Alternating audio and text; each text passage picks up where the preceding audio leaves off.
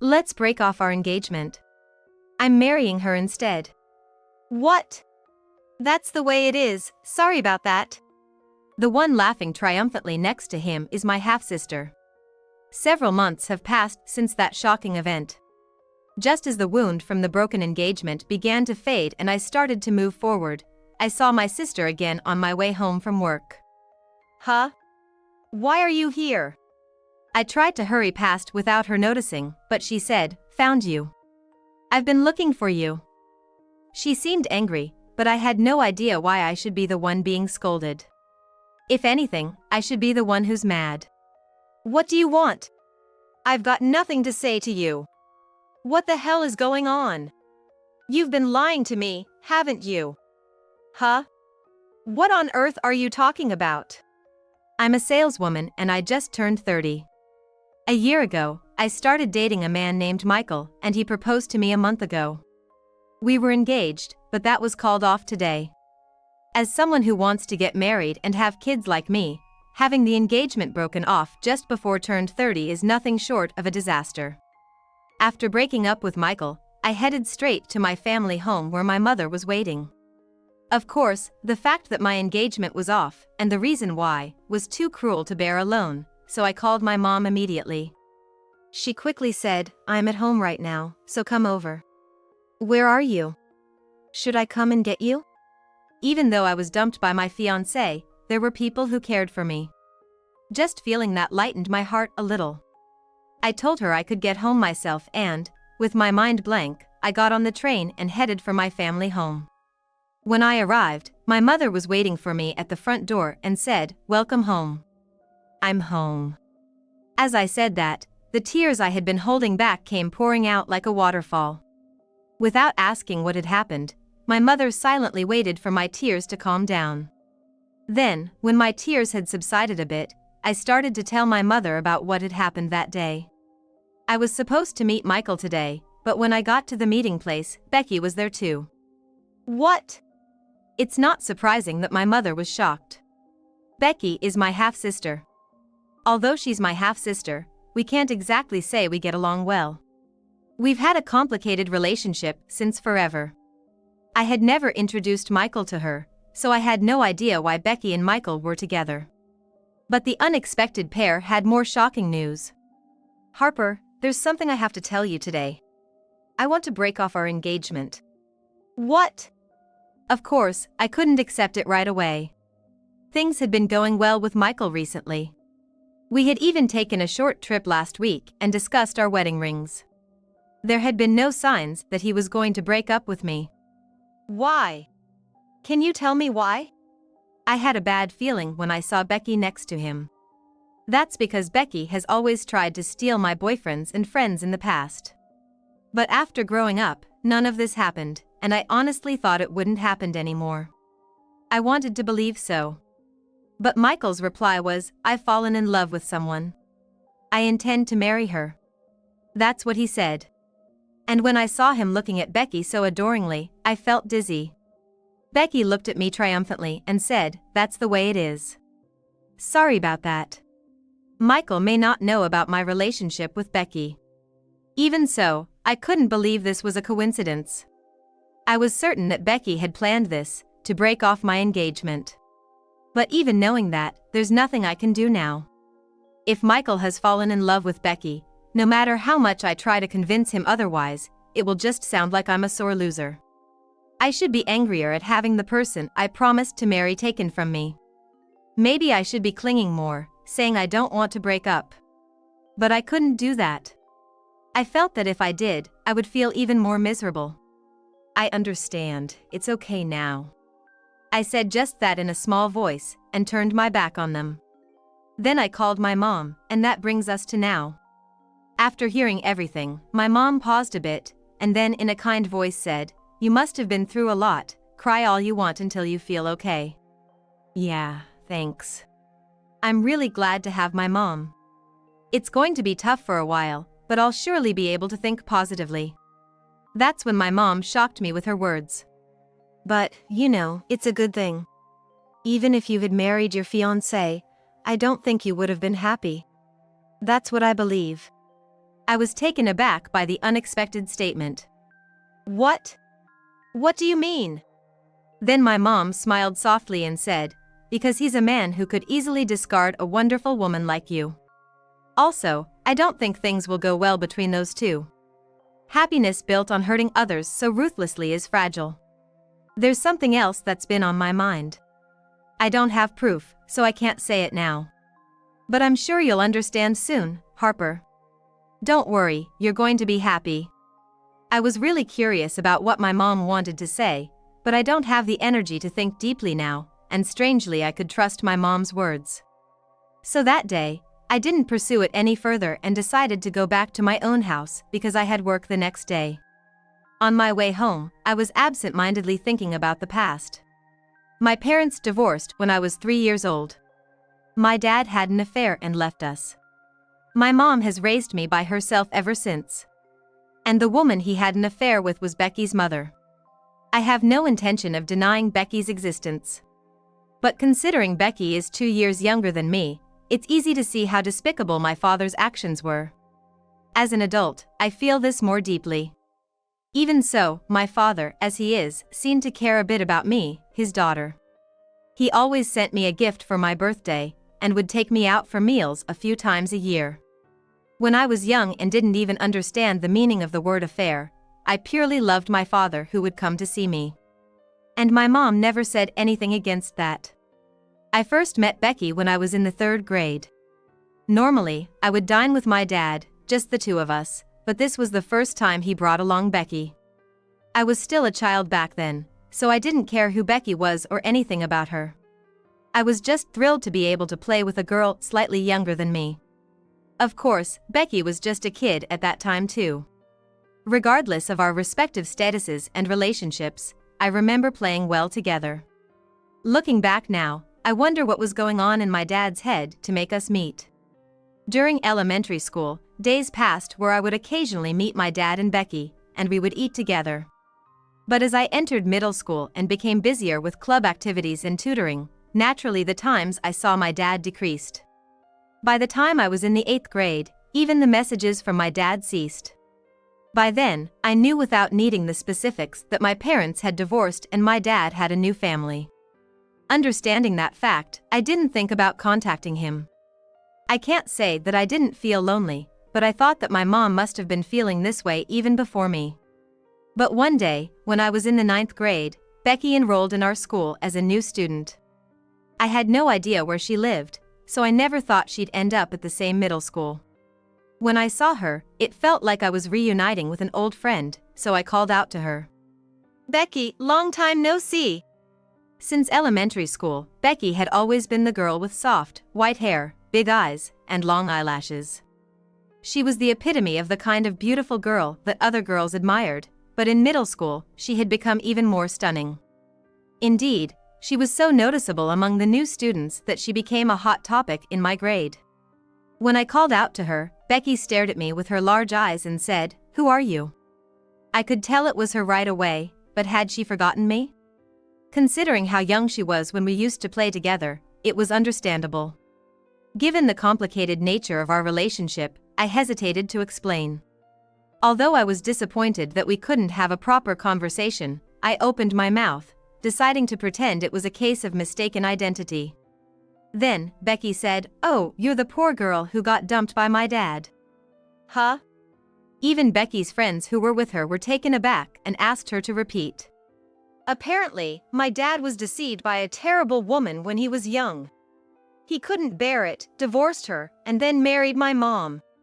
Do you need something? You're scaring me. With that, Becky started to act afraid of me. What? What do you mean, terrible woman? Your dad is the terrible one, isn't he? I couldn't help but retort. But this was just so typical of Becky. No matter how much I tried to explain myself, the atmosphere had entirely shifted in Becky's favor. "You're a scary senior. If you continue to bully Becky, we'll report you to the student guidance counselor." That's what one of Becky's friends told me. No, I didn't mean it like that. Regardless of what I said, I was not believed and ended up being gossiped about in school as the senior who bullied the cute junior out of jealousy. We used to play together so well when we were kids. I couldn't fathom why Becky acted the way she did, and it broke my heart. I was even dumped by my boyfriend, who accused me of bullying a junior, something he said he hadn't expected from me. To add insult to injury, a few months later, he was dating Becky. This happened twice. I understand that in a small middle school community, it's not unheard of to date the same person. But for it to happen twice? That was beyond mere coincidence. I tried confronting Becky about it, but it only backfired with further accusations of me being a bully. Moreover, these false rumors about me never cleared up until graduation. I finally gave up on understanding Becky and chose to attend a high school where no one from my middle school was enrolled. No one knew about the rumors, and there was no Becky, so I wasn't worried about any further gossip. I was at peace with my high school life, but in the spring of my junior year, I was in for the worst surprise. Becky had enrolled in the same high school. And she was also a manager of the soccer club, just like me. As soon as Becky saw me, she said, "Oh, Harper is here too, nice to see you." This time, she was acting like a sweet junior. This is the same girl who gave me a hard time back in middle school. I just couldn't keep up with her dramatic transformation, and I didn't even feel like building a good relationship as senior and junior. I had no intention of being mean, but I was scared because I had no idea what Becky was planning behind her smiles. My bad hunch proved right. Harper, why are you so cold to me? Did I do something wrong? I'm upset. Becky accused me of this while crying in front of the whole soccer team. What? I didn't think I had been that harsh, and if anyone had been mean, it was always her towards me. Becky was playing the victim and trying to demean me. She did it again. I thought to myself, but it was too late. All the team members adored Becky, who was cute, cheerful, and considerate. I thought I had established a good relationship of trust as a manager, but in this situation, no matter how much I struggled, I was the bad guy. I ended up being warned by the school administration for bullying my junior, and my position in the soccer team also suffered. I was perfectly labeled as a mean senior who bullied her junior. Back then, I had a crush on the soccer team captain of my grade.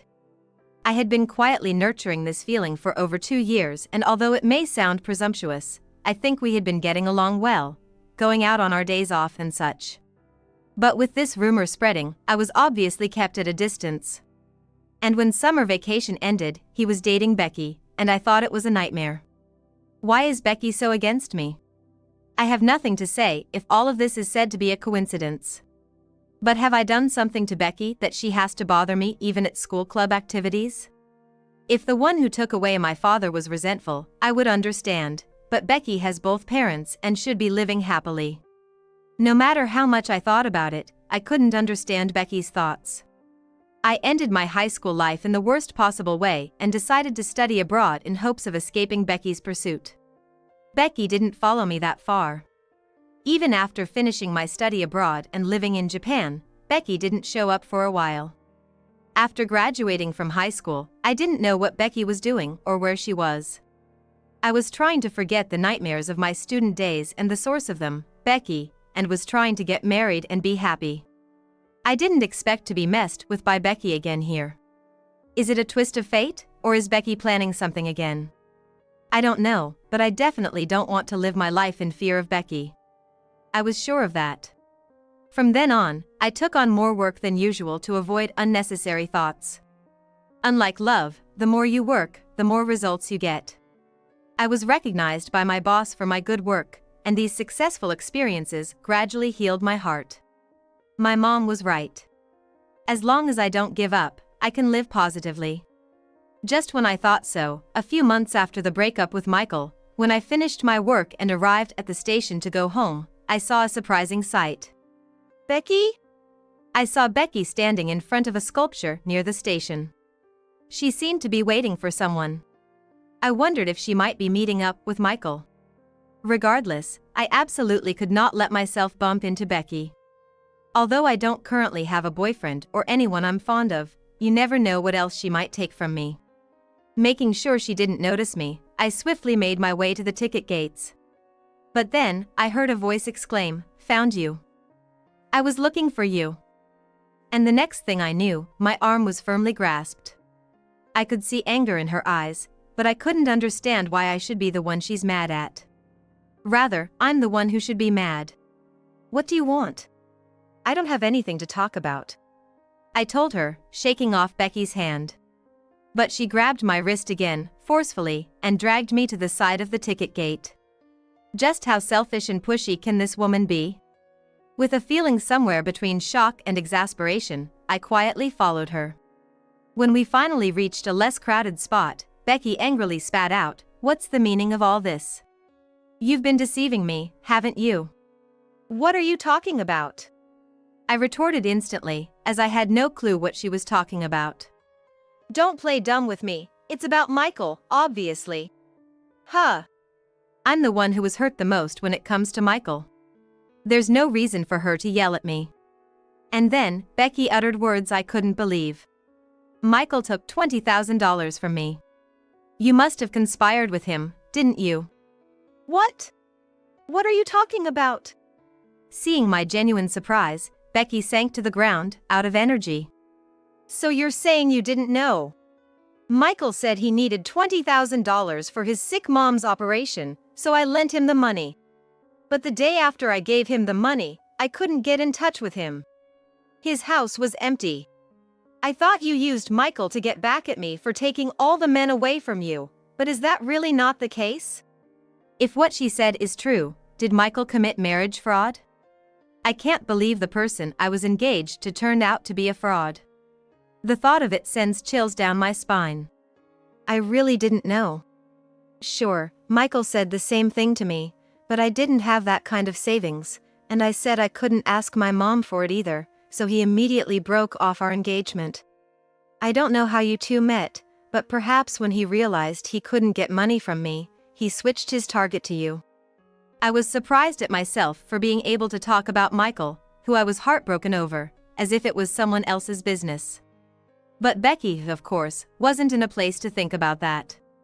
I was irritated when I saw you coming out of a jewelry store, looking happy with a guy. That's why I stole him to get back at you, but I never thought it would turn out like this. I finally heard Becky's true feelings. As I suspected, she had intentionally stolen my boyfriends, the men I loved, and even my fiancé. I said to Becky, exasperated, "You're beautiful and have a bright, captivating charm. But because you've only wished for my misfortune and acted thoughtlessly, haven't you brought this unnecessary disaster upon yourself? If you hadn't interfered this time, I might have been the one hurt. You've made your own life difficult." Then Becky cut off my words, yelling in anger. Shut up! Don't you dare lecture me! If it weren't for you, Dad would have been all mine. That's what I didn't like. Mom and Dad were always fighting over child support for you, and every time Dad visited you, Mom cried. I hated you. This was the first time I heard Becky's true feelings. I, who was left alone with my mother, did feel the absence of my father from time to time, but I never had to witness their fights or experience any heart-wrenching feelings. Of course, I think my mom felt sad in ways I couldn't see. But I was raised happy as her daughter. On the other hand, Becky, who appeared to have a happy family with both parents, was dealing with struggles unknown to others. That's not to say I think it's okay for her to harass me, not at all. Hearing Becky's true feelings for the first time, a part of me couldn't help but feel sympathy. I've lent out all my savings and even gotten into debt. I quit my job to get married. What am I supposed to do now? Becky lamented. It's her own fault she got caught up in this marriage fraud while trying to harass me. Honestly, I can't help but think she brought this upon herself. But after hearing what she just said, I couldn't just stand by and do nothing. I can't help you with money. But I can at least help you find a job, I offered. Huh? She probably didn't expect me to throw her a lifeline. She looked at me in surprise. Someone at my company just left their receptionist job. They're looking for a replacement. Of course, I won't forgive you if you try to harass me again. But if you've learned your lesson, I'll help as much as I can. Even I thought I was being too lenient. But we are sisters, after all. Seeing Becky so broken and crying, I couldn't just ignore her. I am sorry. I'm really sorry. Becky cried, sobbing uncontrollably. She must have been overwhelmed with regret for everything. From then on, Becky really did start working as a receptionist at my company. Even after all that harassment, and despite thinking I never wanted to have anything to do with her again. I can't believe I was stupid enough to invite her to work at the company where I work. As expected, Becky became popular in the company due to her vibrant appearance and innate brightness. But she's finally learned her lesson and doesn't harass me anymore. She looks a little embarrassed whenever I pass by, but she doesn't spread nasty rumors or speak in a fake voice. Honestly, I'm relieved. By the way, it seems that my mom once overheard a suspicious phone call from Michael when we were engaged. But she didn't have any evidence, so she was debating on what to say to me when the engagement was broken off. While the situation isn't what we imagined, in the end, my mom, Becky, and I are living our lives positively in unexpected ways. Whatever hardships may come in the future, I'll remember my mom's words. No matter what, I'll be happy. I'll be fine. I'll chant in my heart.